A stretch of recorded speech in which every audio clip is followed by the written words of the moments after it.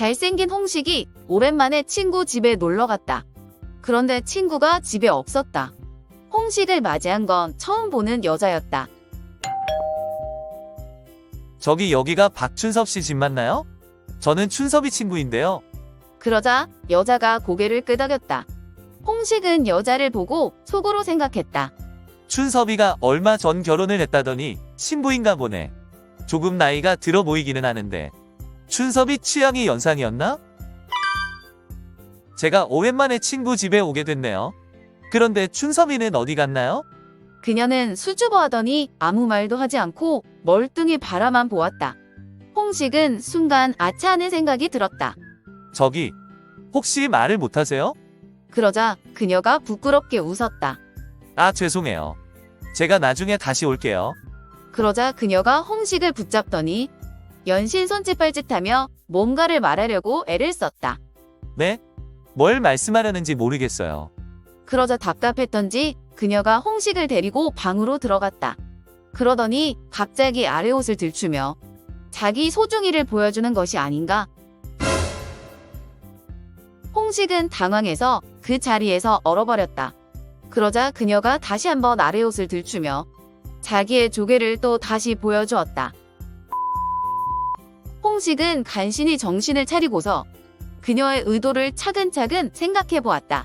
저기 혹시 저한테 뭘 주시려는 건가요? 그러자 그녀가 고개를 끄덕이더니 그대로 부엌에 가서 조개국에 밥을 한 상 차려오는 것이다. 아, 조개국을 말씀하시는 거였군요. 맞다는 듯 그녀가 고개를 끄덕였다. 손님이 왔으니 식사라도 하고 가라고요? 안 그러셔도 되는데. 그녀가 자꾸 재촉하자 홍식은 끝까지 사양하기가 어려워 결국 차려진 밥상을 깨끗이 비웠다. 그런데 문제가 있었다. 조개국을 먹는 내내 아까 본 그녀의 소중이가 눈에 자꾸 어른거리는 것이 아닌가. 홍식은 결국 순간의 욕정을 이기지 못하고 그녀를 덮쳐버렸다. 그렇게 대낮에 진한 정사를 벌이고 말았다. 잠시 후 홍식은 도망치듯 그 집을 빠져나왔다. 그 일이 친구에게 들킬까 겁이 난 홍식은 몇 달간 친구 집 근처에는 얼씬도 하지 않았다. 그러던 어느 날 홍식은 길에서 우연히 친구 춘섭을 만났다. 춘섭은 홍식을 보고 반가웠다. 홍식아, 나 결혼한 거 몰랐냐? 한번 놀러 오지 그랬어. 너 주려고 따로 챙겨놓은 선물도 있었는데. 친구의 따뜻한 마음을 느낀 홍식은 양심의 가책을 느꼈다. 그래서 친구에게 그날 있었던 일을 실토하였다. 사실은 몇 달 전 개천절 날에 내가 너희 집에 갔었어. 그때 너가 집에 없었지 뭐야. 정말? 그날은 나랑 아내랑 같이 외출했었는데? 뭐라고?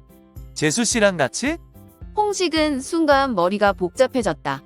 그럼 집에 있던 여자분은 누구였어? 말씀을 못 하시던데.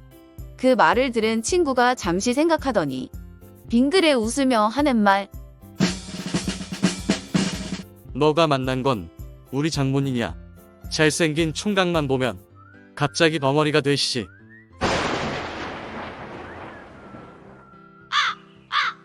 땅속 동굴을 조사하러 전국으로 출장을 다니던 한 남자가 어느 깊은 산속에서 밤을 맞이하였다. 마침 근처에서 불이 켜진 인가를 발견하고는 하룻밤 신세를 지고자 문을 두드렸다. 곧 젊은 여자가 나와 남자를 맞이하였다. 여자 혼자 사는 집이라서요. 외간 남자를 함부로 재울 수는 없습니다. 저는 동굴을 조사하는 연구원입니다. 뒷산에서 동굴을 찾다가 그만 이렇게 되었네요. 이슬만 피할 곳을 내주시면 됩니다. 여자는 조금 망설이더니 결국 남자를 집 안으로 들였다. 그런데 부인, 혹시 뒷산에 있다는 전설의 동굴에 대해 아시는 게 있는지요? 전설의 동굴이요? 글쎄요. 뭐가 궁금하신데요? 뒷산 근처에 독특하게 생긴 구멍 모양의 3개의 동굴이 있다고 하는데요. 제가 온종일 찾아보았지만 그 어떤 동굴의 입구도 찾을 수가 없어서요. 혹시 그 구멍 모양의 입구가 어디인지 아시는지요? 글쎄요. 근데 구멍의 생김새가 어떻게 독특하다는 거죠? 첫째 동굴은 들어가자마자 넓은 입구가 나오는데 조금 더 들어가면 캄캄한 낭떠러지가 나온다고 합니다. 둘째 동굴은 출입구는 있지만 폐쇄된 굴이라 들어갈 수가 없다고 하고요. 셋째 동굴은 출입구가 가려져 있으나 조심스럽게 헤치고 들어가면 그 안에선 달고 맛있는 샘물이 솟아난답니다. 흥미롭군요. 그런 모습이라면 아마 신비한 영물이다. 사람들 앞에 자신을 잘 드러내지 않을 것 같아요. 아, 그럴까요? 남자가 실망한 모습을 보이자 여자가 안쓰러웠는지 위로해 주었다. 옛말의 지성이면 감천이라고 했으니 연구원님이 간절히 원하신다면 또 모르죠. 꿈에서라도 어떤 실마리를 보시게 될지요. 말을 마친 여자는 방을 나갔다. 그날 밤 남자는 잠을 이루지 못하였다. 얼마 후 남자는 자고 있는 여자의 방으로 몰래 들어갔다. 깊은 잠에 빠져 있는 여자는 미동도 없었다. 그러자 남자는 바지를 내리더니 슬그머니 자기의 물건을 꺼냈다. 그러고는 갑자기 여자의 몸 여기저기를 자기 물건으로 찔러보는 것이 아닌가. 처음엔 여자의 입을 찔러보다가 다음엔 여자의 배꼽을 찔러보더니 마지막엔 여자의 아랫도리에 물건을 슬쩍 넣어본다. 자고 있던 여자가 화들짝 놀라 깨어났다. 아니, 지금 뭐 하시는 거예요? 죄송합니다, 부인. 꿈속에서 동굴을 탐험하는 꿈을 꾸었지 뭡니까? 놀랍게도 입구에 실마리를 본 것 같아서요.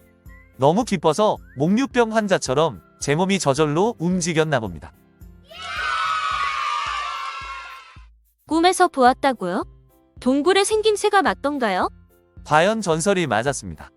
첫 번째 굴은 들어가자마자 넓은 입구가 나왔지만 곧 좁고 깊은 낭떠러지가 나오더군요. 두 번째 굴은 문이 보여 찔러보았으나 전설대로 열고 들어갈 수가 없었고요.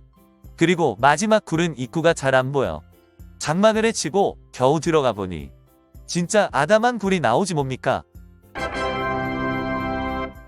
하지만 아쉽게도 세 번째 동굴에선 샘물을 발견하진 못했습니다. 세 번째 전설만이 확인할 수가 없었네요. 그래도 두 개의 동굴에 대한 실마리는 건졌으니 기쁩니다. 새벽에 뒷산으로 올라가 구멍 입구를 다시 찾아볼 생각입니다. 그럼 저는 이만 방으로 가볼게요.